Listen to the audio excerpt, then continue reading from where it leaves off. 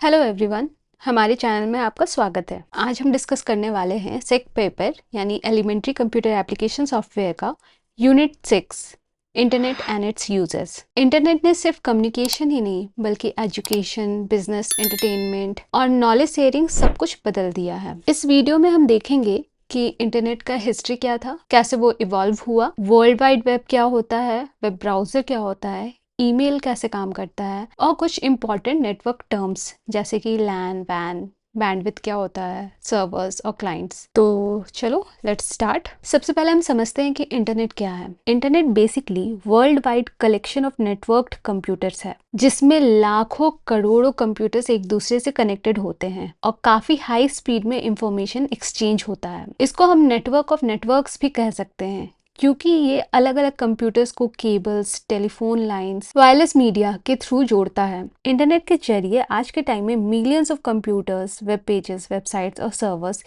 एक दूसरे से कनेक्टेड है ग्लोबली। ये एक ऐसा कम्युनिकेशन मीडियम है जिससे हम इजीली इंफॉर्मेशन शेयर और एक्सेस कर सकते हैं। आज के टाइम में इंटरनेट सबसे fastest medium of information sharing है, बोथ रिसीविंग और सेंडिंग के लिए, और इस वजह से ये एक एसेंशियल टूल बन चुका है जो दुनिया भर के लोग यूज करते हैं एवरी सिंगल डे। अब देखते हैं इवोल्यूशन ऑफ इंटरनेट। इंटरनेट का जर्नी शुरू हुआ था 1969 में जब यूएस डिपार्टमेंट ऑफ डिफेंस ने ARPANET यानी कि advance research projects agency network, full form याद रखिएगा, डेवलप किया। इसका मेन पर्पस था गवर्नमेंट बॉडीज के बीच में सिक्योर कम्युनिकेशन एस्टैब्लिश करना। शुरुआत में ARPANET में सिर्फ 4 नोड्स थे, यानी कि सिर्फ 4 सिस्टम कनेक्टेड थे। फिर 1972 में ARPANET एक्सपैंड हुआ और फिर उसमें 23 नोड्स ऐड हुए और उसी समय इसे पॉपुलरली इंटरनेट कहा जाने लगा। 1980s में TCP/IP प्रोटोकॉल इंट्रोड्यूस हुआ जिससे डेटा कम्युनिकेशन को स्टैंडर्डाइज किया गया। फिर 1984 में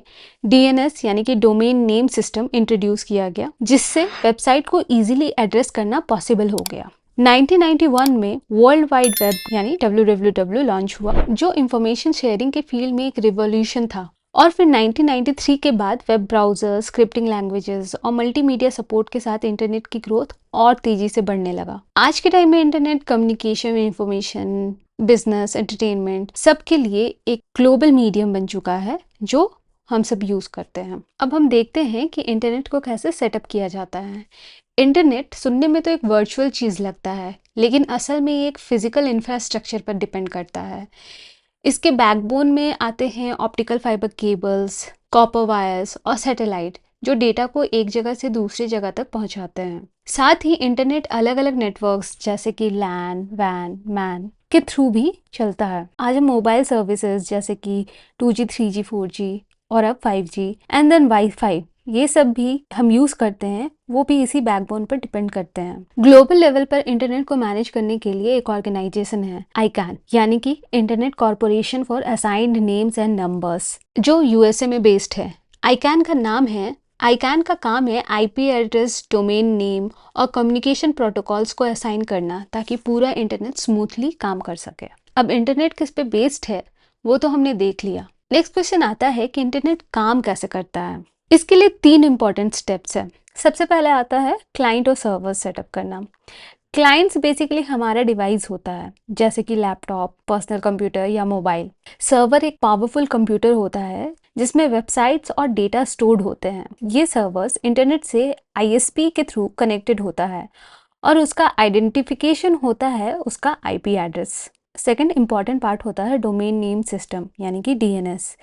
हर वेबसाइट का एक डोमेन नेम होता है जो इजीली याद किया जा सकता है। हमारे लिए IP एड्रेस जो नंबर्स है वो याद करना डिफ़िकल्ट होता है, बट उसी का कॉरेस्पॉन्डिंग हम एक नाम दे दे तो उसे याद करना आसान हो जाता है, जैसे कि google.com। जब हम ब्राउज़र में डोमेन नेम लिखते हैं तो DNS उसे कन्वर्ट कर देता है एक IP एड्रेस में। सो बेसिकली अगर हम देखें तो DNS एक फ़ोन डायरेक्टरी की तरह काम करता है जो इंटरनेट के लिए एड्रेस फाइंड करता है। और थर्ड इंपॉर्टेंट पार्ट है डेटा ट्रांसमिशन। ब्राउज़र हमारा रिक्वेस्ट सर्वर तक पहुंचाता है, फिर सर्वर उसे प्रोसेस करता है और हमें वापस हमारे रिक्वेस्ट के अकॉर्डिंग डेटा सेंड करता है। ये data optical fibres, routers, towers और इलेक्ट्रोमैग्नेटिक वेव्स के थ्रू ट्रैवल करता है। सो यहाँ लास्ट पॉइंट, एक इम्पॉर्टेंट पॉइंट बताया गया है कि जब हम वायरलेस इंटरनेट यूज़ करते हैं, suppose mobile network, 5G network या वाईफाई नेटवर्क, तो भी इसका बैकबोन एक वायर्ड नेटवर्क ही होता है। एट दी एंड वो कहीं ना कहीं ऑप्टिकल फाइबर के थ्रू कनेक्टेड होता है, या फिर घर में आप यूज़ कर रहे हो तो राउटर के थ्रू कनेक्टेड होता है। नेक्स्ट हम देखते हैं वर्ल्ड वाइड वेब यानी कि WWW। इंटरनेट का एक बहुत ही इंपॉर्टेंट पार्ट है ये। बेसिकली वर्ल्ड वाइड वेब एक ऐसी कलेक्शन है वेब पेजेस और वेब डॉक्यूमेंट्स की जो इंटरनेट के थ्रू एक्सेसिबल होता है। हर एक वेब पेज या फिर रिसोर्स को आइडेंटिफाई करने के लिए उसे एक यूनिक एड्रेस दिया जाता है, और उस यूनिक एड्रेस को हम बोलते हैं URL यानी कि यूनिफॉर्म रिसोर्स लोकेटर, जैसे कि www.wikipedia.org। अब इसमें हम क्लिक करेंगे तो ये वेबसाइट ओपन हो जाएगा। WWW एक इंफॉर्मेशन रिट्राइवल सर्विस है जो हमें इंटरनेट पर अवेलेबल इंफॉर्मेशन तक पहुंचाने का इजी वे देता है। इसके थ्रू हम vast collection of interlink documents access कर सकते हैं। यहाँ दो इम्पॉर्टेंट टर्म्स दिया गया है, हाइपरटेक्स्ट और हाइपरमीडिया। ये एक हाइपरलिंक है। इंटरलिंक डॉक्यूमेंट्स को हम एक्सेस कर पाते हैं हाइपरलिंक के थ्रू, और हाइपरलिंक के दो पार्ट होते हैं, एक है हाइपरटेक्स्ट और दूसरा है हाइपरमीडिया। हाइपरटेक्स्ट मतलब ऐसा क्लिकेबल वर्ड या फिर फ्रेज जिसके ऊपर क्लिक करने से हम रिलेटेड कंटेंट तक पहुंच जाते हैं। और हाइपरमीडिया का मतलब होता है वो सिर्फ टेक्स्ट ना हो, वो हो सकता है इमेज हो या फिर ऑडियो हो या फिर वीडियो हो जिसमें लिंक इंक्लूडेड होता है। वर्ल्ड वाइड वेब का इन्वेंशन 1989 में सर टिम बर्नर्स-ली ने सर्न में किया था ताकि रिसर्चर्स इजीली इंफॉर्मेशन शेयर कर सके आपस में। सर्न एक यूरोपियन रिसर्च सेंटर था। आज के टाइम में वर्ल्ड वाइड वेब कंसोर्टियम या फिर W3C भी इसे कहते हैं, वेब डेवलपमेंट के रूल्स और स्टैंडर्ड्स को मेंटेन करता है ताकि पूरा वेब एक ऑर्गेनाइज्ड और कंपैटिबल सिस्टम बना रहे। अब हम देखते हैं कुछ difference between world wide web और इंटरनेट। दोनों स्टार्टिंग में देखो तो एक ही चीज़ लगते हैं, बट नहीं, ऐसा नहीं है, दोनों अलग अलग है, लेकिन एक दूसरे से दोनों क्लोजली कनेक्टेड है। इंटरनेट बेसिकली एक हार्डवेयर और नेटवर्क इंफ्रास्ट्रक्चर है जिसे हम नेटवर्क ऑफ नेटवर्क्स भी कहते हैं। ये राउटर्स, केबल, सर्वर्स और ISPs जैसे कंपोनेंट से मिलकर बनता है। इसके थ्रू अलग अलग सर्विसेज चलते हैं जैसे कि email, FTP, voice over IP और वेब। मतलब इंटरनेट एक सुपर सेट है जिसमें वेब सिर्फ एक छोटा सा पार्ट है। दूसरी तरफ वर्ल्ड वाइड वेब एक सॉफ्टवेयर बेस्ड सर्विस है जो इंटरनेट पर रन करता है। ये वेब पेजेस और डॉक्यूमेंट्स का कलेक्शन होता है जिसे हम ब्राउजर के थ्रू एक्सेस करते हैं। इंटरनेट नंबर्स यानी कि IP एड्रेस का यूज़ करता है, जबकि वेब URLs और प्रोटोकॉल्स जैसे कि HTTP और HTTPS पर काम करता है। आप इसे एक सिंपल एग्जांपल से समझो। इंटरनेट एक लाइब्रेरी बिल्डिंग की तरह है जिसमें इंफ्रास्ट्रक्चर, सेल्स और रूम्स इंक्लूडेड होते हैं, और दूसरी तरफ वर्ल्ड वाइड वेब उस लाइब्रेरी के अंदर रखे बुक्स और आर्टिकल्स की तरह है जिसको आप पढ़ सकते हो। और एक बात याद रखो कि हर internet service world wide web नहीं होता। जैसे कि ईमेल भी इंटरनेट यूज़ करता है लेकिन वो वेब का पार्ट नहीं है, पर कोई न्यूज़ वेबसाइट या Wikipedia page definitely world wide web का पार्ट है। नेक्स्ट हम देखते हैं यूजेस ऑफ इंटरनेट। आज के डिजिटल एरा में इंटरनेट हमारे जीवन के हर पार्ट में घुस चुका है, हमारा एक एसेंशियल पार्ट बन चुका है ये, और हर फील्ड में इसका इम्पैक्ट है। सो इसमें से कुछ मेजर यूज़ केसेस हम देखते हैं। सबसे पहला ऑनलाइन बिजनेस यानी कि ई-कॉमर्स में आज हम घर बैठ के शॉपिंग कर सकते हैं जैसे कि अमेज़ॉन, फ्लिपकार्ट या फिर माइंत्रा जैसे प्लेटफॉर्म्स पर। इंटरनेट ने बाइंग और सेलिंग दोनों को ही बहुत कन्वीनियंट बना दिया है। कंपनीज अब इजीली अपने प्रोडक्ट्स दुनिया के किसी भी कोने में पहुंचा सकती है, बस कुछ क्लिक्स का ज़रूरत है। सेकंड यूज़ है कैशलेस ट्रांजैक्शंस। इंटरनेट ने पेमेंट सिस्टम को भी बहुत मॉडर्न बना दिया है। आज हम पेटीएम, गूगल पे, फ़ोन पे या फिर भीम UPI से सेकंड्स में पैसे ट्रांसफ़र कर सकते हैं। इससे एक डिजिटल और पेपरलेस इकोनॉमी प्रमोट होता है जिससे सब कुछ सेफ, फास्ट और ट्रांसपेरेंट हो जाता है। थर्ड यूज़ केस है in education and e-learning. Internet learning को क्लासरूम से बाहर ले आया है। अब स्टूडेंट्स नोट्स, वीडियो लेक्चर्स और ट्यूटोरियल्स को कभी भी और कहीं से भी एक्सेस कर सकते हैं।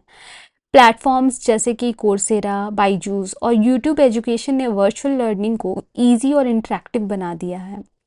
अब टीचर्स लाइव सेशन के थ्रू वर्ल्ड वाइड स्टूडेंट्स को रीच आउट कर सकते हैं। फोर्थ यूज केस है आपका सोशल नेटवर्किंग और कम्युनिकेशन। फेसबुक, इंस्टाग्राम, व्हाट्सएप और एक्स जैसे प्लेटफॉर्म्स ने दुनिया को एक छोटा सा डिजिटल फैमिली में बदल दिया है। अब हम वीडियो कॉल कर सकते हैं, ग्रुप चैट्स में बात कर सकते हैं और अपने कंटेंट शेयर कर सकते हैं पूरे दुनिया के साथ इंस्टेंटली। फिफ्थ यूज केस है एंटरटेनमेंट एंड लीजर। इंटरनेट ने एंटरटेनमेंट को एक नया दुनिया दिया है। अब हम नेटफ्लिक्स, हॉटस्टार जैसे ओटीटी प्लेटफॉर्म्स पर मूवीज और शोज देख सकते हैं, म्यूजिक सुन सकते हैं और ऑनलाइन गेम्स भी खेल सकते हैं। अब हम देखते हैं कुछ एडवांटेजेस ऑफ इंटरनेट। सबसे पहले है ऑनलाइन बैंकिंग और ट्रांजैक्शन। तो जैसे हमने देखा, आज के टाइम में हम बिना बैंक जाए अपने फ़ोन से ही पैसा ट्रांसफ़र कर सकते हैं, बिल पे कर सकते हैं या फिर ऑनलाइन शॉपिंग भी कर सकते हैं, all thanks to net banking और यूपीआई ऐप्स। ये सब हमारे समय को बचाता है और लाइफ को बहुत ही कन्वीनियंट बना देता है। दूसरा है एजुकेशन, जॉब्स और फ्रीलांसिंग। इंटरनेट ने लर्निंग और करियर दोनों के लिए नए पाथ्स खोल दिए हैं। स्टूडेंट्स अब ऑनलाइन प्लेटफॉर्म्स पर वर्चुअल क्लासेस और कोर्सेज कर सकते हैं। वहीं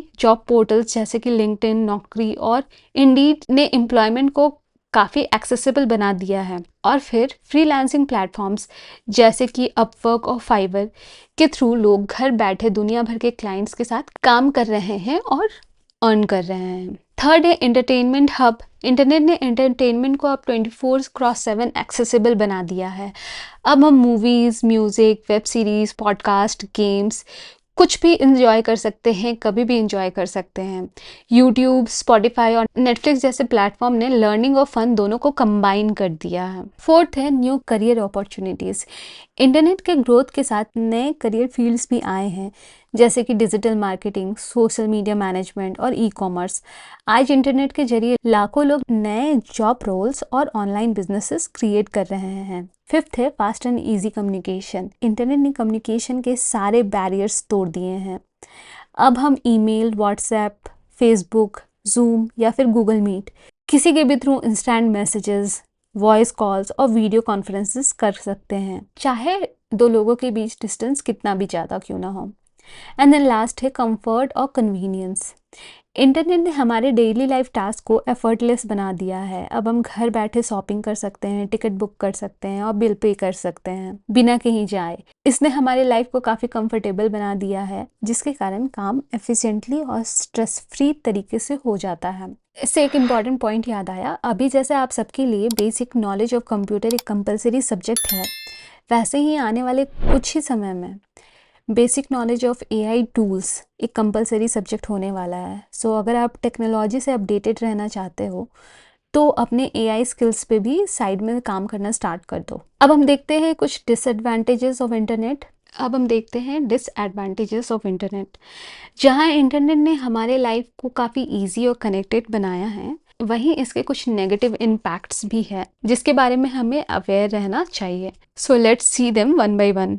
सबसे पहला है टाइम वेस्टेज और डिस्ट्रैक्शन। आजकल हम सब सोशल मीडिया और एंटरटेनमेंट वेबसाइट पर इतना टाइम स्पेंड करने लगे हैं कि प्रोडक्टिविटी और फोकस दोनों कम हो गया है। एक्सेसिव इंटरनेट यूज़ एक एडिक्शन बन सकता है जो स्टडीज़, वर्क और पर्सनल रिलेशनशिप पर भी नेगेटिव इम्पैक्ट डालता है। सेकेंड है हेल्थ इशूज़। लंबे देर तक स्क्रीन को देखते रहने से आई स्ट्रेन, हेडेक और पुअर पोस्चर जैसे प्रॉब्लम्स कॉमन हो गए हैं। और जब हम फिजिकल एक्टिविटी नहीं करते तो मोटापा और लाइफस्टाइल रिलेटेड डिजीज का रिस्क भी बढ़ जाता है। थर्ड है साइबर क्राइम और सिक्योरिटी रिस्क्स। इंटरनेट के साथ साइबर क्राइम्स भी रैपिडली बढ़ा है, जैसे hacking, fishing, identity theft, online scams और मालवेयर अटैक्स। अगर हम अपनी ऑनलाइन सिक्योरिटी स्ट्रांग नहीं रखते हैं तो पर्सनल या कॉन्फिडेंशियल डेटा इजीली चुराया या मिसयूज़ किया जा सकता है। फोर्थ है नेगेटिव इम्पैक्ट ऑन चिल्ड्रन। बच्चों के लिए इंटरनेट एक नॉलेज सोर्स के साथ साथ रिस्क भी बन गया है। अनकंट्रोल्ड इंटरनेट यूज़ और इनएप्रोप्रिएट कंटेंट एक्सपोजर उनके मेंटल और इमोशनल ग्रोथ को अफेक्ट करते हैं। साथ ही रियल वर्ल्ड लर्निंग और सोशल इंटरेक्शन भी बच्चों का कम हो जाता है। फिफ्थ है साइबर बुलिंग और ऑनलाइन नेगेटिविटी। सोशल मीडिया पर हरासमेंट, हेट स्पीच और ट्रोलिंग जैसे इश्यूज कॉमन हो गए हैं। इसके अलावा फेक न्यूज़ और रूमर्स भी इंटरनेट के थ्रू काफ़ी फास्ट स्प्रेड हो जाते हैं, जो सोसाइटी पर एक नेगेटिव इम्पैक्ट डालते हैं। सिक्स्थ है प्राइवेसी कंसर्न्स। बहुत सारे वेबसाइट्स और ऐप्स हमारे पर्सनल डेटा को कलेक्ट करते हैं फॉर टारगेटेड एड्स और ट्रैकिंग के लिए। कभी कभी हम बिना जाने अपनी पर्सनल इंफॉर्मेशन शेयर कर देते हैं, जिससे प्राइवेसी रिस्क बढ़ता है। सो बेसिकली ये सारे डिसएडवांटेजेस है इंटरनेट के, इसलिए इंटरनेट को रिस्पॉन्सिबली यूज़ करना काफ़ी ज़रूरी है ताकि आप इसके बेनिफिट्स को एंजॉय कर सके बिना इसके नेगेटिव इफेक्ट्स का शिकार हुए। नेक्स्ट हम देखते हैं वेब ब्राउजिंग सॉफ्टवेयर्स। सबसे पहले हम समझते हैं कि वेब क्या है। वेब यानी कि वर्ल्ड वाइड वेब यानी www इंटरनेट पे अवेलेबल सारे इंफॉर्मेशंस और रिसोर्सेज का एक ह्यूज कलेक्शन है। ये एक मकड़ जाल की तरह है। जब भी हम किसी वेबसाइट पर जाते हैं और इंफॉर्मेशन देखते हैं, वो सब कुछ एक वर्ल्ड वाइड वेब का ही पार्ट है। सेकंड हम समझते हैं वेब ब्राउज़र क्या होता है। वेब ब्राउज़र एक सॉफ्टवेयर एप्लीकेशन होता है जो हमें इंटरनेट में प्रेजेंट वेब पेजेस को एक्सेस करने में हेल्प करता है और उसके साथ इंटरैक्ट करने का फैसिलिटी देता है। यहाँ पर different types of available web browsers के लोगोस दिए गए हैं। सबसे पहले है आपका Google Chrome, then Firefox, Opera, Safari, Microsoft Edge. ये कुछ पॉपुलर वेब ब्राउज़र्स हैं। वेब ब्राउज़र इंटरनेट का गेटवे है जिसके थ्रू हम वर्ल्ड वाइड वेब की दुनिया तक पहुंच पाते हैं। अब समझते हैं वेब ब्राउज़र का काम क्या होता है। तो बेसिकली ब्राउज़र का मेन काम होता है वेब पेजेस को एक्सेस करना using URL, uniform resource locators. जब हम किसी वेबसाइट का एड्रेस ब्राउज़र पे लिखते हैं तो ब्राउज़र उस URL के थ्रू पेज को फेच करता है। उसके बाद फिर ब्राउज़र HTML, CSS और जावास्क्रिप्ट को ट्रांसलेट करके हमें एक readable user friendly web page के फॉर्म में उस रिक्वेस्ट का रिस्पॉन्स शो करता है। ब्राउज़र के और भी काफ़ी सारे यूज़फुल फंक्शंस होते हैं, जैसे कि हाइपरलिंक्स के थ्रू नेविगेशन अलाउ करना ताकि हम एक पेज से दूसरे पेज में लिंक के थ्रू जा सकें। पेज को बुकमार्क करना अलाउ करता है, कंटेंट नेट से डाउनलोड करना अलाउ करता है और प्राइवेट ब्राउजिंग मोड भी हमें अवेलेबल कराता है ताकि हमारा एक्सेस सिक्योर रहे। अब हम समझते हैं हम वेब ब्राउज़र यूज़ कैसे कर सकते हैं। इसके दो मेथड्स यहाँ पे दिए गए हैं। आपके डेस्कटॉप पे या टास्क बार पे जो ब्राउज़र का शॉर्टकट आइकन होगा, जो इसमें से कुछ भी हो सकता है, उसे डायरेक्ट क्लिक करोगे तो वेब ब्राउज़र आपका ओपन हो जाएगा। या फिर आप क्या कर सकते हो, स्टार्ट मेन्यू में जाके सेलेक्ट ब्राउज़र क्लिक करोगे और उसके बाद जो भी आपका ब्राउज़र अवेलेबल होगा उसे सेलेक्ट करना। यहाँ पे कुछ पॉपुलर वेब ब्राउजिंग सॉफ्टवेयर दिए गए हैं जिनसे हम डेली इंटरनेट एक्सेस करते हैं। सबसे पहला है गूगल क्रोम। ये 2008 में गूगल ने डेवलप किया था। ये दुनिया का सबसे फास्ट और पॉपुलर ब्राउज़र में से एक है और हर ऑपरेटिंग सिस्टम पर ये स्मूथली काम करता है। सेकेंड है आपका मोजिला फायरफॉक्स। ये 2002 में मोजिला फाउंडेशन ने बनाया था। ये एक ओपन सोर्स ब्राउज़र है। ओपन सोर्स के बारे में डिटेल में हमने प्रीवियस वीडियोस में देखा था।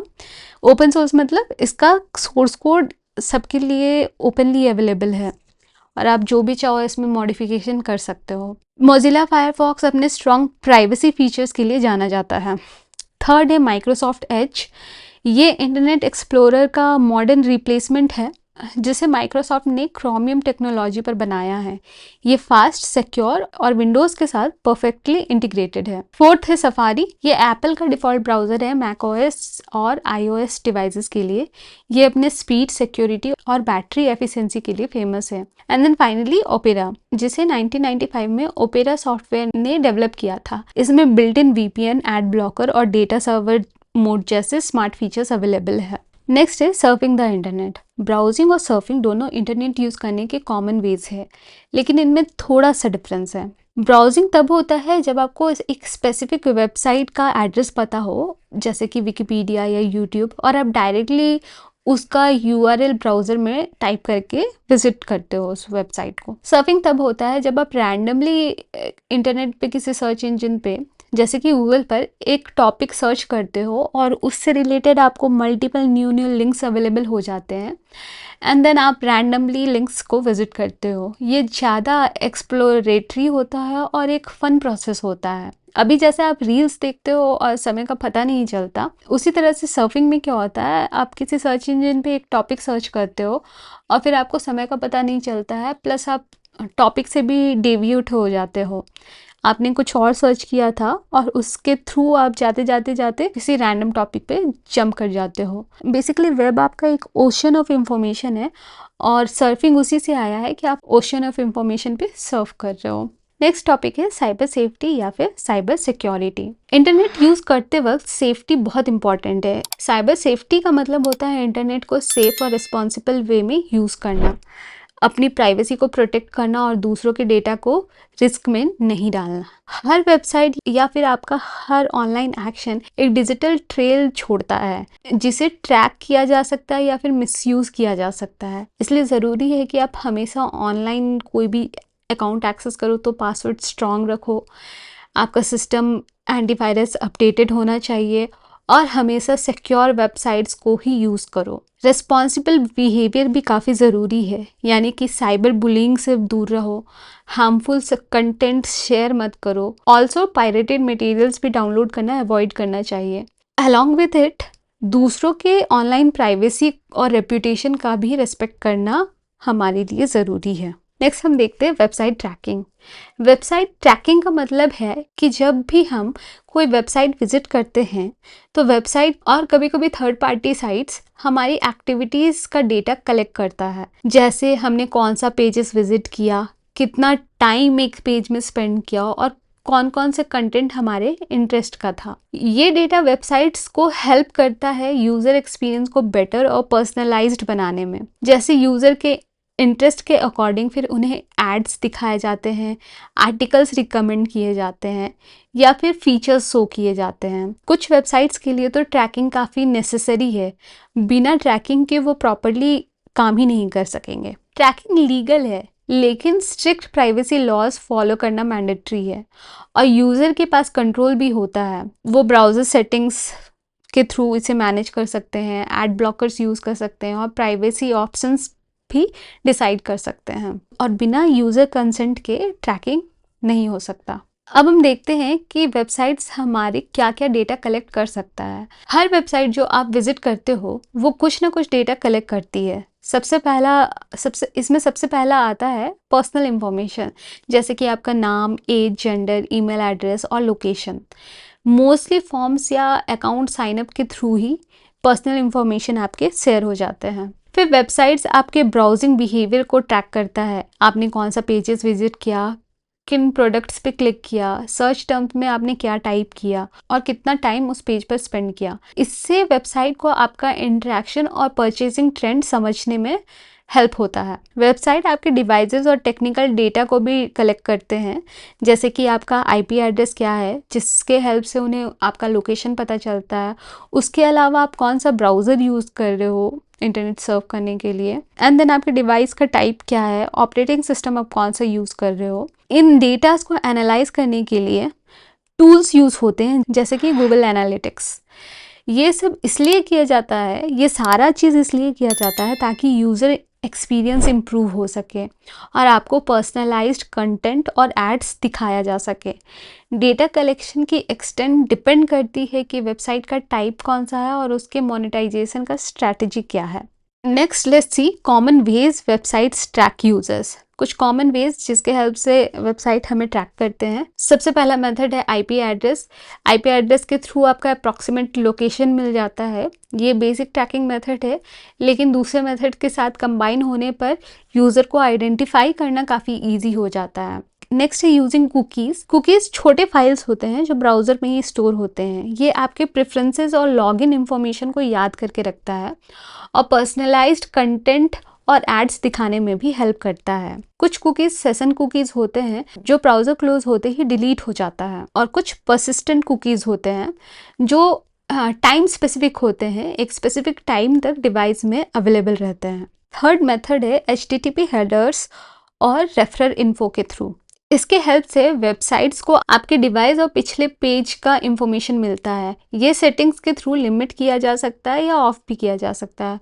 और फाइनली है आपका ब्राउज़र और डिवाइस इंफॉर्मेशन, जैसे कि ऑपरेटिंग सिस्टम आपने कौन सा यूज़ किया है, आपके स्क्रीन का रेजोल्यूशन क्या है और आप किस टाइम जोन में हो। इससे टारगेट कंटेंट और एड्स क्रिएट करने में हेल्प होता है। आप प्रॉपर ब्राउज़र सेटिंग से अननेसेसरी ट्रैकिंग को लिमिट कर सकते हो। नेक्स्ट है how to browse safely on the internet.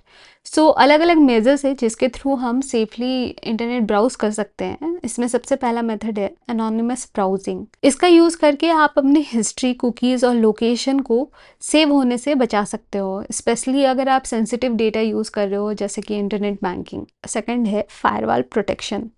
ये हर डिवाइस में होता है, आपके नेटवर्क को अनऑथराइज्ड ट्रैफिक से प्रोटेक्ट करता है फायरवॉल, और ये ऑलमोस्ट हर ओएस में अब बिल्ट इन आता है। थर्ड है control browsing settings. Browsing settings में आप थर्ड पार्टी कुकीज़ को ब्लॉक कर सकते हो ताकि ट्रैकिंग रिड्यूस हो सके। और हमेशा चेक करें कि कोई भी वेबसाइट जो आप विजिट कर रहे हो वो HTTPS के थ्रू कनेक्टेड है, यानी कि सिक्योर्ड HTTP के थ्रू, और उसमें लॉक आइकन बना हुआ है जो दिखाता है कि वेबसाइट आपका सिक्योर है। फोर्थ है पब्लिक वाईफाई यूज़ करने से बचो। पब्लिक वाईफाई जैसे कि रेलवे प्लेटफॉर्म्स में जो अवेलेबल होता है, मेल्स या फिर बैंकिंग वेबसाइट्स को एक्सेस करने से बिल्कुल परहेज करो, ये डेटा थेफ्ट के लिए काफ़ी रिस्की हो सकता है। फिफ्थ है यूज़फुल प्लगइन्स और एक्सटेंशंस, जैसे कि एड ब्लॉकर्स और प्राइवेसी टूल्स का यूज़ करके भी आप सेफ रह सकते हो। VPN आपके डेटा को इनक्रिप्ट करता है और फिर ट्रैकिंग से भी बचाता है। एथ है एंटीवायरस सॉफ्टवेयर्स। तो हमेशा एंटीवायरस सॉफ्टवेयर्स को अपडेटेड रखो ताकि डिवाइस को मालवेयर से प्रोटेक्ट किया जा सके। रेगुलरली कुकीज़ और कैशे को क्लियर करके रखो ताकि प्राइवेसी और स्पीड दोनों मेंटेन रहे। एंड देन लास्ट है आपका स्ट्रॉन्ग पासवर्ड मैनेजर। हमेशा स्ट्रॉन्ग और यूनिक पासवर्ड्स यूज़ करो जिसे पासवर्ड मैनेजर में सिक्योरली स्टोर किया जा सकता है। नेक्स्ट टॉपिक है चैटिंग ऑन द इंटरनेट। आज के डिजिटल वर्ल्ड में चैटिंग सबसे कॉमन और सबसे फास्टेस्ट कम्युनिकेशन मेथड है। चैटिंग का मतलब होता है लाइव ऑनलाइन बातचीत करना, चाहे वो टेक्स्ट के थ्रू हो, वॉइस के थ्रू हो या फिर वीडियो के थ्रू हो। आप एक इंसान से बात कर सकते हो जिसे कि 1-to-1 चैटिंग बोलते हैं, या फिर हो सकता है आप ग्रुप में बात करो जिसे हम 1-to-many चैटिंग में कैटेगराइज कर सकते हैं। चैटिंग फैसिलिटी के थ्रू आप दुनिया के किसी भी कोने में किसी भी पर्सन से इंस्टेंटली कम्युनिकेट कर सकते हो। चैट रूम्स काफ़ी अवेलेबल है। ये एक वर्चुअल स्पेस होता है जहाँ लोग लॉग इन करके टेक्स्ट, वीडियोस और वॉइस के थ्रू बात कर सकते हैं, और मल्टीमीडिया भी शेयर कर सकते हैं, जैसे कि फ़ोटोज़ और वीडियोस भी ये आपस में शेयर कर सकते हैं। इंस्टेंट मैसेजिंग जैसे कि व्हाट्सएप और मैसेंजर पर्सनल या ग्रुप चैट्स के लिए यूज़ होता है। फिर आता है इंटरनेट रिले चैट, यानी कि IRC। ये आपका ऑनलाइन डिस्कशन चैनल्स होता है। ये इंटरनेट चैटिंग का स्टार्टिंग फॉर्मेट्स में से एक था। देन आपका आता है वॉइस चैट। ये यूज़ होता है रियल टाइम ऑडियो कॉन्वर्सेशंस के लिए। और फिर वीडियो चैट के थ्रू हम वेबकैम के जरिए फेस टू फेस लाइव बातचीत कर सकते हैं, लेकिन इसके लिए फास्ट इंटरनेट काफ़ी ज़रूरी है। So out of the many chatting apps available, कुछ पॉपुलर ऐप्स जो हम यूज़ करते हैं वो है WhatsApp, Facebook messenger, Instagram, Telegram, Skype, Snapchat और हाइक। ये सारे आपके टेक्स्ट, वीडियोस, वॉइस और ग्रुप कम्युनिकेशन सब चीज़ सपोर्ट करते हैं। चाहे आप इंडिया में हो या दुनिया के किसी भी कोने में, आपको रीच आउट करना और बात करना पॉसिबल है because of this feature. Next है रिस्क और सेफ्टी मेजर्स जिसका हमें ख्याल रखना है वाइल ऑनलाइन चैटिंग। नेक्स्ट है risk and safety measures. So internet chatting के साथ कुछ रिस्क भी होते हैं, जैसे कि फेक प्रोफाइल्स, साइबर बुलिंग और चैट लीक्स। आपने कुछ प्राइवेट मैसेज भेजा और वो लीक आउट हो गया, तो अपनी सेफ्टी के लिए हमेशा वेरीफाइड यूज़र से ही बात करें और पासवर्ड को कभी भी शेयर ना करें, और कभी भी कहीं भी अननोन लिंक्स पर क्लिक ना करें। हमेशा ऑनलाइन एटिकेट फॉलो करें, एब्यूजिव लैंग्वेज का यूज़ ना करें, फेक न्यूज़ ना फैलाएं और प्राइवेट चैट्स का मिसयूज़ अवॉइड करें। याद रखें, रिस्पॉन्सिबल चैटिंग ही सेफ चैटिंग होता है। अब हम आते हैं ईमेल पे। नेक्स्ट है बेसिक्स ऑफ इलेक्ट्रॉनिक मेल, यानी कि ईमेल। ईमेल एक डिजिटल कम्युनिकेशन टूल है जिससे हम इंस्टेंटली मैसेज, फोटोज़, वीडियोस या फिर डॉक्यूमेंट्स भेज सकते हैं। ये SMTP, IMAP और POP जैसे प्रोटोकॉल्स पे काम करता है। इन प्रोटोकॉल्स को हम डिटेल में आगे देखेंगे। आप वेब में जैसे कि जीमेल यूज़ कर सकते हो या फिर ईमेल क्लाइंट जैसे कि ये आउटलुक यूज़ कर सकते हो। दोनों में डिफरेंस ये है कि वेब मेल आपका ऑनलाइन वेब ब्राउज़र पे काम के थ्रू एक्सेस होता है, और ईमेल क्लाइंट जैसे कि आउटलुक एक सॉफ्टवेयर है जो आपके सिस्टम में लोकली इंस्टॉल होता है, और बिकॉज वो लोकली इंस्टॉल होता है तो उसे ऑफलाइन भी एक्सेस करना पॉसिबल होता है। सो इस दोनों के थ्रू, यानी कि वेब मेल या फिर ईमेल क्लाइंट्स के थ्रू आप इलेक्ट्रॉनिक मेल रिसीव और सेंड कर सकते हो। ईमेल एड्रेस का फॉर्मेट होता है local name @ and then domain name. जैसे कि यहाँ पे एग्जांपल दिया गया है, लोकल नेम है जे स्मिथ और फिर डोमेन नेम है example.com। Advantages and disadvantages of email. तो सबसे पहले एडवांटेजेस देखते हैं। सबसे पहला एडवांटेज ये है कि ईमेल कॉस्ट इफेक्टिव है, यानी कि दुनिया के किसी भी कोने में मैसेज भेजना बिल्कुल ही फ्री है, ऑलमोस्ट फ्री। मतलब आपका सिर्फ इंटरनेट कनेक्शन का जो चार्ज आता है, उसके अलावा आप कितना भी लेंथी मैसेज भेज लो, कोई भी वीडियो भेज लो, कोई भी डॉक्यूमेंट भेज लो, it's almost free. Then second advantage है एक्सेसिबल एनीवेयर, यानी कि बस आपके पास इंटरनेट का कनेक्शन होना चाहिए और आप कहीं से भी अपना मेल चेक कर सकते हो। थर्ड एडवांटेज है कन्वीनियंट एंड क्विक, यानी कि एक क्लिक में आप मैसेज सेंड कर जाते हो और फिर विद इन सेकेंड्स वो रिसीवर को डिलीवर भी हो जाता है। फोर्थ एडवांटेज है मास कम्युनिकेशन, यानी कि आप एक ही मैसेज एक साथ मल्टीपल लोगोस को भेज सकते हो। फिफ्थ है storage and searchable, important mails को फ्यूचर रेफरेंस के लिए सेव करके रखना पॉसिबल है और उसे ईजिली सर्च करना भी पॉसिबल है। नेक्स्ट है ईजी मैनेजमेंट, यानी कि मेल्स को फिल्टर करना, कैटेगराइज करना, स्पैम डिटेक्ट करना, ऐसे ऑप्शंस अवेलेबल है जिसके थ्रू आप इजीली अपने मेल्स को मैनेज कर पाते हो। एंड देन नेक्स्ट है इको फ्रेंडली, क्योंकि ये पेपरलेस कम्युनिकेशन है इसलिए ये इको फ्रेंडली है और हमारे एनवायरनमेंट को सेव करता है। एंड देन लास्ट है यूजफुल फॉर मार्केटिंग। कंपनीज अपने प्रोडक्ट्स और ऑफर्स को प्रमोट करने के लिए ईमेल्स यूज़ करते हैं। वो टारगेटेड कस्टमर्स को मेल सेंड करके अपने प्रमोशंस के बारे में, अपने ऑफर्स के बारे में बताते हैं। नेक्स्ट हम देखते हैं डिसएडवांटेजेस क्या है ईमेल के। तो ईमेल का सबसे बड़ा इशू होता है इम्पर्सनल, यानी कि ईमेल्स में face to face connection missing होता है और इमोशनल टोन जो होता है वो मिसिंग होता है। सेकंड है मिसअंडरस्टैंडिंग, क्योंकि इसमें टोन मिसिंग होता है इसलिए कभी कभी मैसेज को मिसरीड किया जा सकता है या फिर मिस इंटरप्रेट किया जा सकता है। थर्ड है मैलिशियस यूज़, स्पैम मेल्स या फिशिंग लिंक्स के थ्रू मालवेयर स्प्रेड हो सकते हैं और डेटा थेफ्ट हो सकता है। फोर्थ है स्पैम, मतलब कि आपका इनबॉक्स भर जाता है यूजलेस मेल्स के थ्रू और उसके बाद फिर आपको इम्पॉर्टेंट मेल्स अपना ढूंढना भी मुश्किल लगने लगता है। द नेक्स्ट पॉइंट है इंफॉर्मेशन ओवरलोड, मतलब कि जब बहुत सारे मेल्स एक साथ आते हैं तो एक इंफॉर्मेशन ओवरलोड हो जाता है और उसे हैंडल करना एफिशिएंटली बहुत मुश्किल हो जाता है। नेक्स्ट है वायरसेस, अटैचमेंट के थ्रू आपके मैलिशियस सॉफ्टवेयर या फिर वायरस इन्फेक्शन का भी रिस्क होता है। देन टाइम कंज्यूमिंग, सारे मेल्स को रीड करना, उन्हें रिप्लाई करना, कैटेगराइज करना, ये बहुत ही टाइम कंज्यूमिंग प्रोसेस है। नेक्स्ट है इनसिक्योर, हैकर्स आपके सेंसिटिव और प्राइवेट इंफॉर्मेशन को चुरा सकते हैं। नेक्स्ट है प्रेशर टू रिस्पॉन्ड, ईमेल के केस में क्या होता है, लोग इंस्टेंटली मैसेज आपको भेजते हैं और फिर चाहते हैं कि आप उन्हें इंस्टेंटली रिप्लाई करो, तो एज ए रिसीवर आपके एंड में प्रेशर होता है कि आप इमीडिएटली रिस्पॉन्ड करो, रिप्लाई करो। एंड देन लास्ट है एक्सीडेंटल सेंड, कभी कभी क्या होता है कि आप गलत रिसिपिएंट को मेल भेज सकते हो या फिर गलत कंटेंट भेज देते हो जो कि आपका इंटेंशन नहीं था। ये स्ट्रक्चर दिखाया गया है ईमेल का, यहाँ हमने जीमेल का फ़ोटो दिखाया है।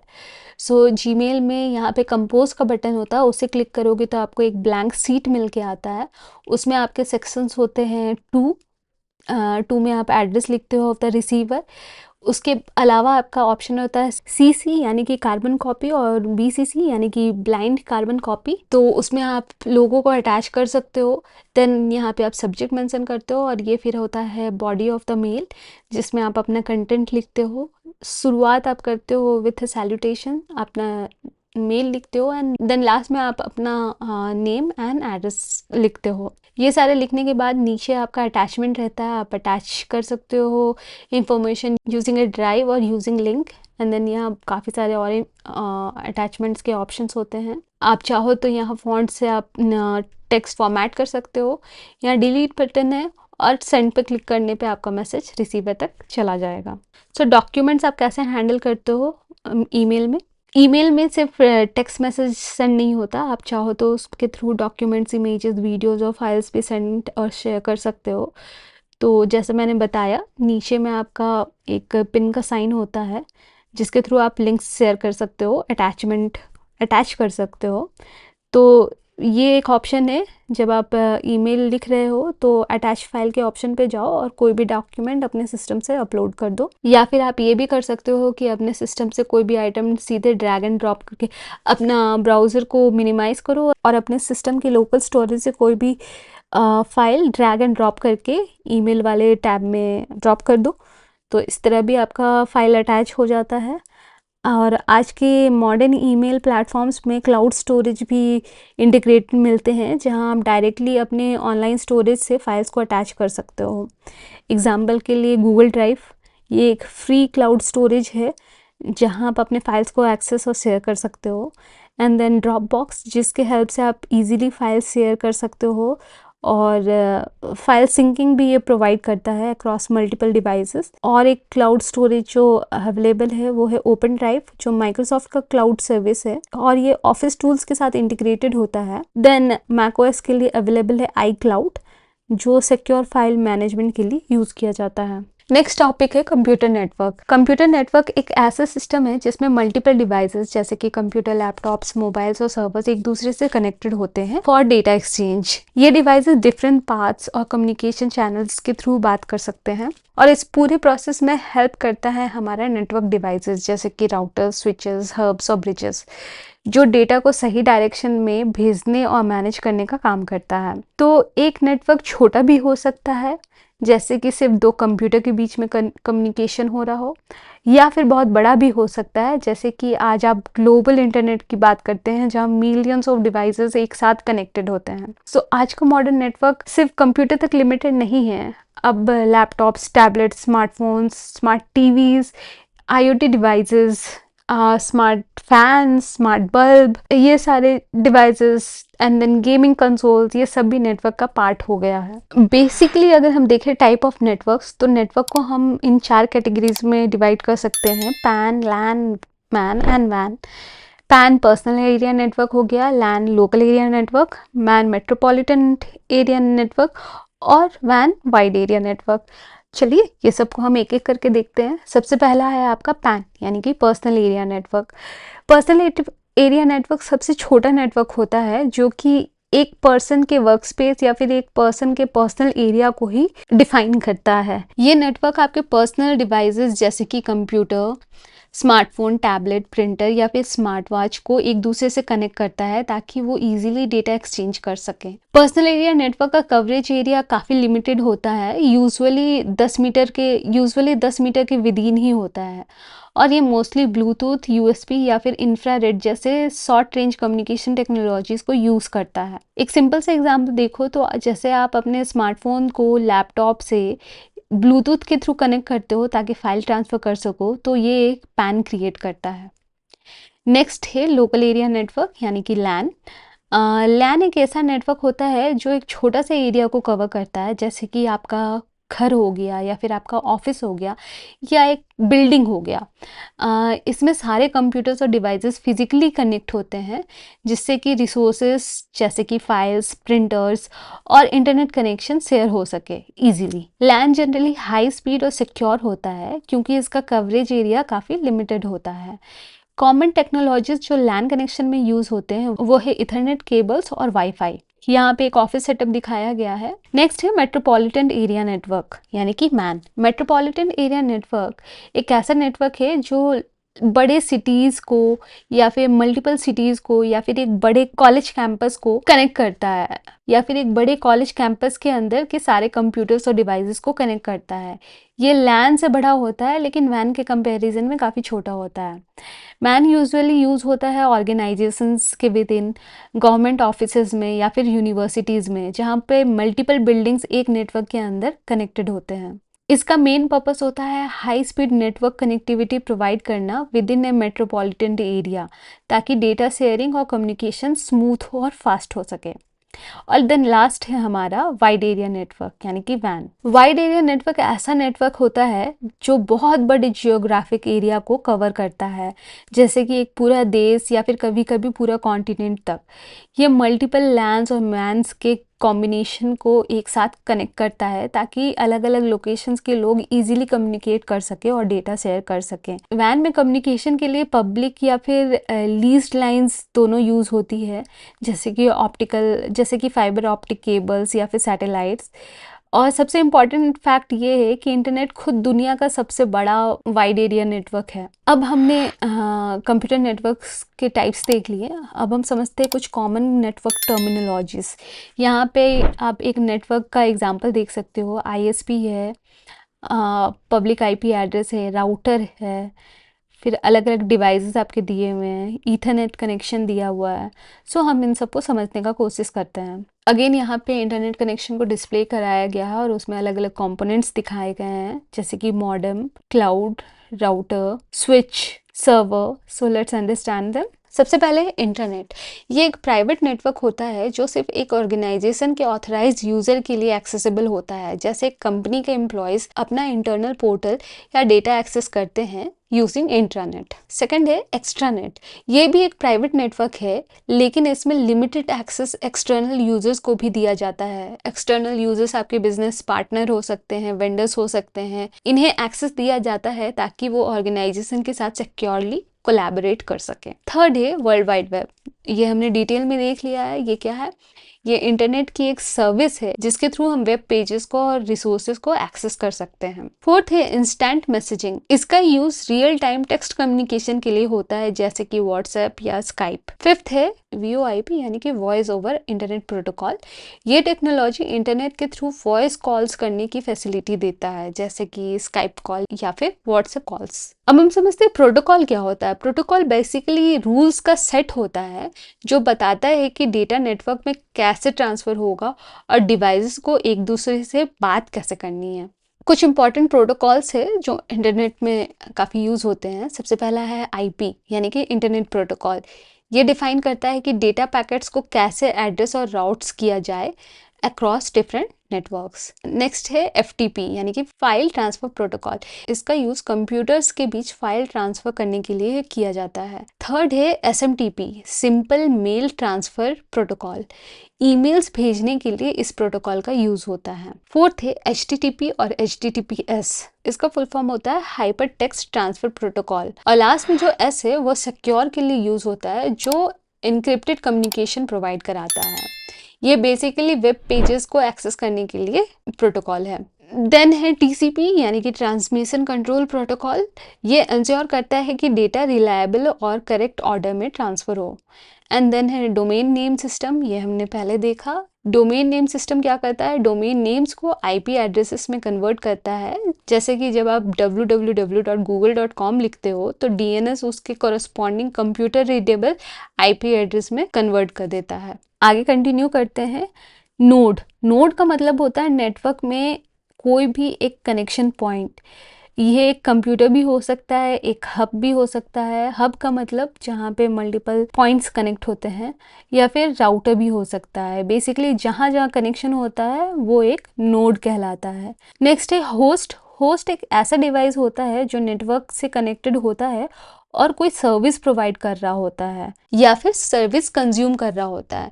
जैसे जब आप अपने लैपटॉप से इंटरनेट यूज़ करते हो तो वो भी एक होस्ट हुआ। नेक्स्ट है सर्वर वो मशीन है जो नेटवर्क की दूसरे डिवाइस को डेटा, सर्विस या फिर रिसोर्स प्रोवाइड करता है, जैसे कि वेब सर्वर, मेल सर्वर या फिर डेटाबेस सर्वर। एंड देन है क्लाइंट वो कंप्यूटर या सॉफ्टवेयर होता है जो सर्वर से डेटा या सर्विस रिक्वेस्ट करता है। जैसे आपका ब्राउज़र एक क्लाइंट है जो वेब सर्वर से वेबसाइट को रिक्वेस्ट करता है। एंड देन नेक्स्ट टर्म है स्विच, ये एक नेटवर्क डिवाइस है जो मल्टीपल कंप्यूटर्स को LAN से कनेक्ट करता है और डेटा को सही डेस्टिनेशन की तरफ फॉरवर्ड करता है। नेक्स्ट डिवाइस है राउटर अलग अलग नेटवर्क्स को कनेक्ट करता है और डेटा पैकेट्स को बेस्ट राउट से डेस्टिनेशन तक पहुंचाता है। एग्जाम्पल के लिए आपके घर में वाईफाई के लिए एक राउटर लगा हुआ होगा। नेक्स्ट टर्म है गेटवे एक ऐसा पॉइंट होता है जो डिफरेंट सिस्टम्स या नेटवर्क के बीच डेटा ट्रांसफ़र और ट्रांसलेशन का काम करता है। ये बेसिकली ब्रिज का काम करता है between two different types of network. And then firewall hardware भी हो सकता है, सॉफ्टवेयर भी हो सकता है, या फिर कॉम्बिनेशन ऑफ बोथ भी हो सकता है। ये एक सिक्योरिटी सिस्टम है जो नेटवर्क ट्रैफिक को मॉनिटर करता है और अनऑथराइज्ड एक्सेस से आपके सिस्टम को बचाता है। ये आपके सिस्टम और इंटरनेट के बीच में एक प्रोटेक्टिव वॉल की तरह काम करता है। नेक्स्ट टर्म है वर्कस्टेशन। वर्कस्टेशन एक high performance single user computer होता है जो प्रोफेशनल या टेक्निकल टास्क जैसे कि डिजाइनिंग, प्रोग्रामिंग या 3D मॉडलिंग के लिए डिजाइन किया गया होता है। नेक्स्ट टर्म है बैंडविड्थ। बैंडविड्थ बताता है कि एक नेटवर्क में डेटा ट्रांसफर होने की मैक्सिमम स्पीड कितनी है। इसे बिट्स पर सेकेंड यानी कि बीपीएस या फिर मेगाबिट्स पर सेकेंड या गीगाबिट्स पर सेकेंड में मेजर किया जाता है। एंड देन लास्ट टर्म है आपका नेटवर्क टोपोलॉजी। ये कनेक्टेड डिवाइसेस का लेआउट बताता है, यानी डिवाइसेस कैसे एक दूसरे से इंटरकनेक्टेड है। कुछ मेजर इंपॉर्टेंट नेटवर्क टोपोलॉजीज है star topology, ring topology, mesh topology. Network topology आपके सिलेबस के बाहर का पार्ट है, सो इसे हम डिटेल में डिस्कस नहीं करेंगे। अब हम आते हैं हमारे unit 6 internet and it's uses का लास्ट टॉपिक, कम्युनिकेशन मीडिया या फिर transmission media. Transmission medium basically वो फिजिकल पाथ होता है जिसके थ्रू डेटा ट्रांसमीटर से रिसीवर तक ट्रैवल करता है।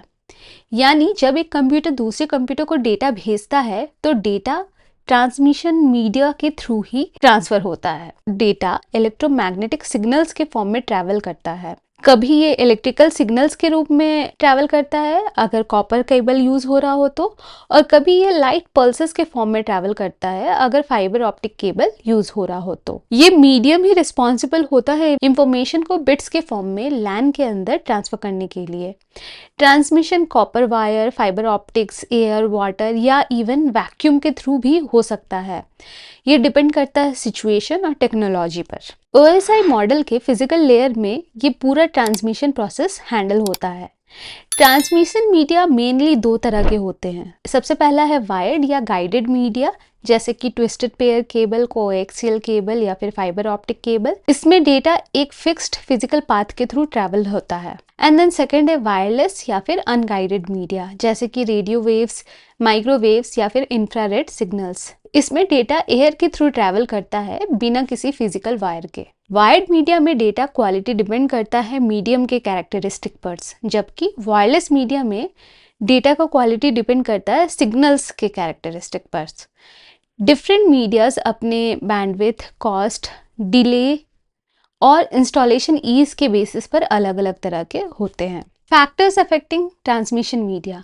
सबसे पहला फैक्टर है जो ट्रांसमिशन मीडिया को अफेक्ट करता है वो है बैंडविड्थ। जितना ज़्यादा ट्रांसमिशन मीडिया का बैंडविड्थ होगा उतना ही फास्ट डेटा ट्रांसमिशन रेट मिलेगा। नेक्स्ट फैक्टर है ट्रांसमिशन इम्पेयरमेंट। इसका मतलब होता है कि कभी कभी जो सिग्नल हम ट्रांसफ़र कर रहे होते हैं वो रिसीव होने तक चेंज हो जाता है या फिर डिस्टॉर्ट हो जाता है। थर्ड फैक्टर है इंटरफेरेंस। जब अनवांटेड सिग्नल्स या एक्सटर्नल नॉइस डेटा ट्रांसमिशन में इंटरफेयर करते हैं तो कम्युनिकेशन का क्वालिटी गिर जाता है। अब देखते हैं ट्रांसमिशन इम्पेयरमेंट का मेन कॉजेज क्या है। पहला है एटेन्युएशन। जब सिग्नल लॉन्ग डिस्टेंस तक ट्रैवल करता है तो सिग्नल स्ट्रेंथ लूज हो जाता है, इसी को हम कहते हैं एटेन्युएशन। जैसे कि आप किसी से दूर खड़े हो जाते हो तो उनकी आवाज़ आपको कम सुनाई पड़ती है, वैसे ही सिग्नल भी डिस्टेंस लंबा होने पर वीक हो जाता है। सेकेंड कॉज है डिस्टॉर्शन। जब सिग्नल के डिफरेंट कंपोनेंट्स अलग स्पीड से ट्रैवल करते हैं तो सिग्नल का ओरिजिनल शेप चेंज हो जाता है, इसे डिस्टॉर्शन कहते हैं। थर्ड फैक्टर है नॉइस, यानी कि अनवांटेड सिग्नल्स जो ट्रांसमिशन के दौरान ऐड हो जाते हैं और डेटा में एरर्स क्रिएट कर देते हैं। ये नॉइस कम्युनिकेशन के क्वालिटी को सीरियसली अफेक्ट करते हैं। यहाँ पे एक ट्रांसमिशन मीडिया का क्लासिफिकेशन दिखाया गया है। ट्रांसमिशन मीडिया आपका गाइडेड मीडिया हो सकता है या फिर अनगाइडेड या वायरलेस मीडिया हो सकता है। गाइडेड मीडिया को 3 पार्ट में डिवाइड किया गया है, कोएक्सियल, फाइबर ऑप्टिक्स और ट्विस्टेड। उसके अगेन पार्ट से कोएक्सियल के आपके बेस बैंड, ब्रॉडबैंड, ट्विस्टेड के unshielded and shielded. And then unguided media के 3 पार्ट्स दिखाए गए हैं, रेडियो वेव्स, माइक्रोवेव्स और इंफ्रारेड सिग्नल्स। चलिए हम इन्हें एक एक करके देखते हैं। सबसे पहला है twisted pair cable. Twisted pair cable 2 insulated copper wires का पेयर होता है जो एक दूसरे के राउंड ट्विस्ट किया हुआ होता है। ये ट्विस्टिंग इंटरफेरेंस को रिड्यूस करने के लिए यूज़ होता है। इसका मेन एडवांटेज ये है कि ये लो कॉस्ट है, लाइट वेट है और इजी टू इंस्टॉल होता है। इसका फ्रीक्वेंसी रेंज है 0 से लेकर 3.5 गीगाहर्ट्ज और ये कॉमनली टेलीफोन लाइंस और लैन कम्युनिकेशन में यूज़ होता है। ट्विस्टेड पेयर के दो मेन टाइप्स है। पहला है अनसील्डेड ट्विस्टेड पेयर और दूसरा है shielded twisted pair. Unshielded twisted pair सबसे कॉमन टाइप है जो टेलीकम्युनिकेशन और लैंस में वाइडली यूज होता है। ये इनएक्सपेंसिव है, यानी कि काफ़ी चीप है, इजी टू इंस्टॉल है और शॉर्ट डिस्टेंस के लिए सूटेबल है, लेकिन ये अटेन्यूएशन और इंटरफेरेंस से थोड़ा अफेक्टेड हो सकता है। सेकेंड है सील्डेड ट्विस्टेड पेयर। इसमें वायर के अराउंड एक मेटालिक सील्ड या मेश होता है जो इंटरफेरेंस को रिड्यूस करता है। ये अनसील्डेड ट्विस्टेड पेयर से higher data transmission rate support करता है, लेकिन ये कंपैरेटिवली थोड़ा एक्सपेंसिव होता है और अटेन्यूएशन भी ज़्यादा इसमें होता है। इसका एडवांटेज ये है कि ये नॉइज़ प्रोटेक्शन बेटर देता है। यहाँ आपका एग्जांपल दिया गया है अनसील्डेड और सील्डेड ट्विस्टेड पेयर केबल्स का। इस तरह से आपका इंसुलेशन कोटेड रहता है वायर्स के ऊपर और वायर्स ट्विस्टेड रहते हैं। हर पेयर के लिए इंडिविजुअल सीलिंग प्रोवाइड की गई है।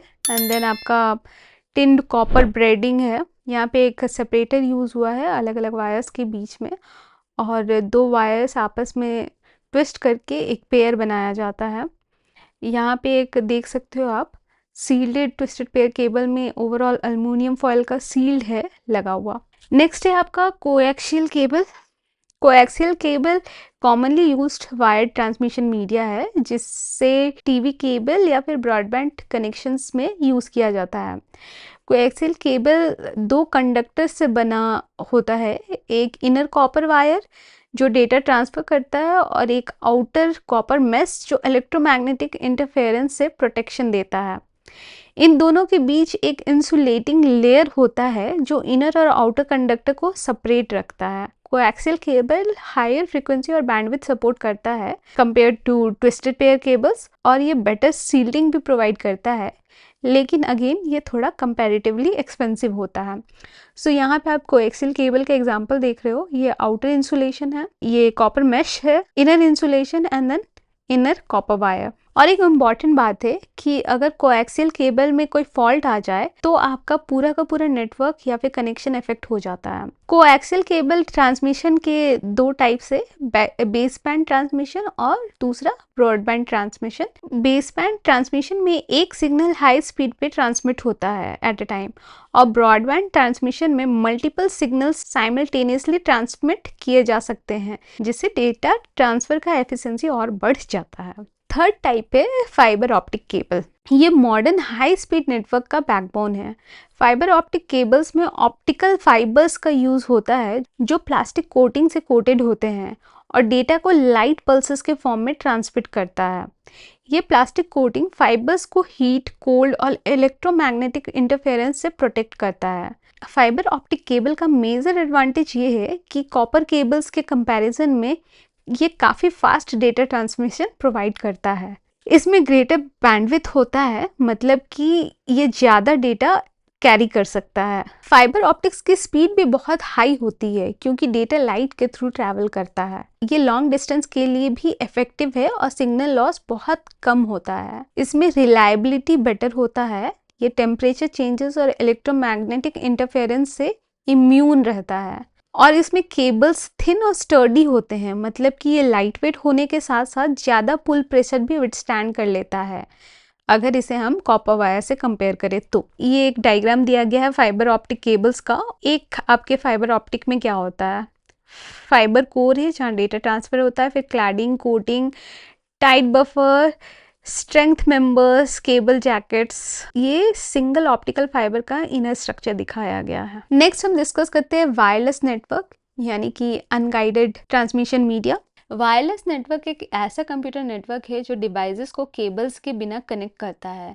इसे हम अनगाइडेड ट्रांसमिशन भी कहते हैं क्योंकि इलेक्ट्रोमैग्नेटिक वेव्स एयर के थ्रू ट्रैवल करता है बिना किसी फिजिकल मीडियम के। सो कॉस्टली केबल इंस्टॉलेशन का प्रॉब्लम वायरलेस नेटवर्क सॉल्व कर देता है। वायरलेस नेटवर्क के कुछ एग्जांपल्स है cell phone networks, 4G 5G network जो यूज़ होते हैं, wireless local area networks, LANs या फिर वाईफाई कनेक्शन, वायरलेस लैन्स या फिर Wi-Fi connection, wireless sensor network, satellite communication network या फिर टेरेस्ट्रियल माइक्रोवेव नेटवर्क। अब टाइप्स ऑफ वायरलेस नेटवर्क देखते हैं। सबसे पहला है रेडियो वेव्स, सेकेंड है माइक्रोवेव्स, थर्ड है इंफ्रारेड सिग्नल्स, फोर्थ है सैटेलाइट कम्युनिकेशन एंड फिफ्थ है मोबाइल या फिर सेलुलर नेटवर्क्स। सबको हम एक एक करके देखते हैं। सबसे पहले रेडियो वेव्स। रेडियो वेव्स एक टाइप का वायरलेस ट्रांसमिशन मीडियम है। रेडियो वेव्स इलेक्ट्रोमैग्नेटिक वेव्स होता है जो फ्री स्पेस में हर डायरेक्शन में ट्रांसमिट होता है, यानी कि ये नॉन डायरेक्शनल होता है। इसका फ्रीक्वेंसी रेंज होता है 3 किलोहर्ट्ज से लेके 1 गीगाहर्ट्ज तक। जैसा कि मैंने बोला ये नॉन डायरेक्शनल होता है, मतलब कि इसमें एंटीना को एक स्पेसिफिक सिग्नल में एक स्पेसिफिक डायरेक्शन में अलाइन करने की ज़रूरत नहीं होती, और बिकॉज ये नॉन डायरेक्शनल होता है इसलिए ये मल्टीकास्टिंग के लिए परफेक्ट है। मतलब कि वैसा मल्टीकास्टिंग मतलब कि वैसा सिनेरियो जहाँ एक सेंडर और मल्टीपल रिसीवर्स हो। रेडियो वेव्स कॉमनली यूज़ होता है वाइड एरिया नेटवर्क्स में और मोबाइल सेलुलर नेटवर्क्स में। ये लार्ज एरियाज कवर कर सकता है और वॉल्स या ऑब्स्टिकल्स के थ्रू भी सिग्नल भेज सकता है। इसके कुछ एग्जांपल्स है एफएम रेडियो, टेलीविज़न और कॉर्डलेस फोन्स। नेक्स्ट है माइक्रोवेव ट्रांसमिशन। ये एक high frequency wireless communication method है। माइक्रोवेव ट्रांसमिशन दो तरह के होते हैं। पहला है टेरेस्ट्रियल माइक्रोवेव ट्रांसमिशन और दूसरा है सैटेलाइट माइक्रोवेव कम्युनिकेशन। सो टेरेस्ट्रियल माइक्रोवेव ट्रांसमिशन में सिग्नल्स फोकस्ड रेडियो बीम्स के फॉर्म में ग्राउंड बेस्ड एंटीनास के बीच में ट्रांसमिट होते हैं जो टावर्स पे माउंटेड होते हैं। फ्रीक्वेंसी रेंज इसकी 4 से 23 गीगाहर्ट्ज होती है और बैंडविड्थ 1 से लेके 10 Mbps तक हो सकता है। ये यूनी डायरेक्शनल है, मतलब कि जो एंटीनाज आपके टावर में लगे होते हैं उन्हें आपको प्रॉपरली अलाइन करना ज़रूरी है। ये शॉर्ट और मीडियम डिस्टेंस के लिए सूटेबल होता है। इसका मेन एडवांटेज ये है कि ये केबल्स के कंपैरिजन में चीपर है, लैंड एक्विजिशन की ज़रूरत इसमें नहीं होती और डिफ़िकल्ट टेरेन्स में भी ये काम कर सकता है। बट इसका लिमिटेशन ये है कि ये वेदर कंडीशन से अफेक्ट हो सकता है, सिग्नल एटेनुएशन हो सकता है, बैंडविड्थ इसका लिमिटेड है और पोटेंशियल ईव्सड्रॉपिंग का भी रिस्क रहता है। इसके एग्जाम्पल में आ जाते हैं point two point communication between two office buildings इन ए सिटी या फिर microwave links for telephone networks. इसका सेकंड टाइप है आपका सैटेलाइट माइक्रोवेव कम्युनिकेशन। इसमें सैटेलाइट सिग्नल्स को रिले करते हैं डिस्टेंट पॉइंट्स के बीच में। इसका एडवांटेज ये है कि ये ग्लोबल कवरेज प्रोवाइड करता है, डिस्टेंस से इंडिपेंडेंट है, ये रिलायबल है और mobile communication, radio, TV broadcasting और वेदर फोरकास्टिंग में इसका यूज़ होता है। इसका लिमिटेशन ये है कि सिस्टम डिज़ाइन और लॉन्च का कॉस्टिंग काफ़ी हाई होता है। इसको रेगुलर मॉनिटरिंग की ज़रूरत होती है और इसका लाइफ स्पैन यूजुअली 12 से 15 साल का होता है। Third type of wireless transmission media है इंफ्रारेड ट्रांसमिशन। इंफ्रारेड ट्रांसमिशन एक short range wireless communication technology है। इंफ्रारेड वेव्स का फ्रीक्वेंसी रेंज होता है 300 गीगाहर्ट्ज से लेके 400 टेराहर्ट्ज तक। ये टेक्नोलॉजी मेनली टीवी रिमोट्स और सेम रूम में रखे गए डिवाइसेस के बीच में डेटा ट्रांसफ़र करने के लिए यूज़ होता है। इंफ्रारेड का मेजर एडवांटेज ये है कि इसका बैंडविड्थ हाई है, जिसकी वजह से डेटा ट्रांसफ़र काफ़ी फास्ट होता है और क्योंकि ये वॉल से पेनिट्रेट नहीं कर सकता इसलिए कम्युनिकेशन सिक्योर हो जाता है। एक ही रूम तक इसका कम्युनिकेशन कन्फाइंड रहता है। इसका लिमिटेशन अगेन ये हो जाएगा फिर कि ये आउटडोर यूज़ के लिए रिलायबल नहीं है क्योंकि सनलाइट इसमें इंटरफेयर कर सकता है। Next type of wireless communication media है आपका satellite communication. Satellite communication long distance और ग्लोबल कम्युनिकेशन के लिए इंपॉर्टेंट मीडियम है। सैटेलाइट कम्युनिकेशन में सैटेलाइट सिग्नल्स को ट्रांसमिट करता है डिस्टेंट लोकेशंस तक। इसका बिगेस्ट एडवांटेज है ग्लोबल कवरेज, मतलब कि रिमोट से रिमोट और हार्ड टू रीच एरियाज तक को भी कवर किया जा सकता है, कम्युनिकेशन प्रोवाइड किया जा सकता है। ये technology TV broadcasting, GPS, weather forecasting, internet और मोबाइल सर्विसेज में यूज़ होता है। और इसमें एक सिग्नल अर्थ के स्टेशन से सैटेलाइट तक जाता है, फिर सैटेलाइट से दूसरे अर्थ स्टेशन तक ट्रांसमिट किया जाता है। अगेन सैटेलाइट कम्युनिकेशन एक ब्रॉडर कैटेगराइजेशन है जो हमने अभी पहले पढ़ा। माइक्रोवेव ट्रांसमिशन में सैटेलाइट माइक्रोवेव कम्युनिकेशन, इसमें हम सैटेलाइट का यूज़ करते हैं बट ट्रांसमिशन मीडिया इसमें स्पेसिफिकली माइक्रोवेव यूज़ किया गया है। जबकि सैटेलाइट कम्युनिकेशन में आप different types of communication medias use कर सकते हो using satellite. And then last type of wireless communication medium है आपका मोबाइल या फिर सेलुलर नेटवर्क्स। आज के स्मार्टफोन्स और वायरलेस डिवाइसेस के वर्किंग के लिए ये सबसे इम्पॉर्टेंट है। मोबाइल नेटवर्क्स वायरलेस नेटवर्क होता है जो सेल टावर्स के थ्रू मोबाइल डिवाइसेस को कनेक्ट करता है। इसके मल्टीपल टाइप्स होते हैं 2G, 3G, 4G, 5G। 2G और 3G mainly basic voice calls और टेक्स्ट मैसेजिंग के लिए यूज़ होता है और इसमें डेटा स्पीड स्लो होता है। जबकि 4G और 5G high speed internet, video calls, online streaming और इंटरनेट ऑफ थिंग्स जैसे डिवाइसेस को सपोर्ट करता है। सो ये था theory part of unit 6 internet and it's uses. Hope आपको समझ में अच्छे से आया हो। आज के वीडियो में हमने internet, world wide web, web browser, email, network और वायरलेस कम्युनिकेशन के सारे बेसिक कॉन्सेप्ट्स को कवर किया है। अगले वीडियो में हम इस यूनिट से रिलेटेड MCQs डिस्कस करेंगे जो आपके कॉलेज एग्ज़ाम के लिए काफ़ी यूज़फुल होने वाला है या फिर कॉम्पिटिटिव एग्ज़ाम्स के लिए भी। अगर आपको ये वीडियो पसंद आया हो तो लाइक करें, शेयर करें और चैनल को सब्सक्राइब करना ना भूलें। तब तक के लिए happy learning and stay connected. Thank you.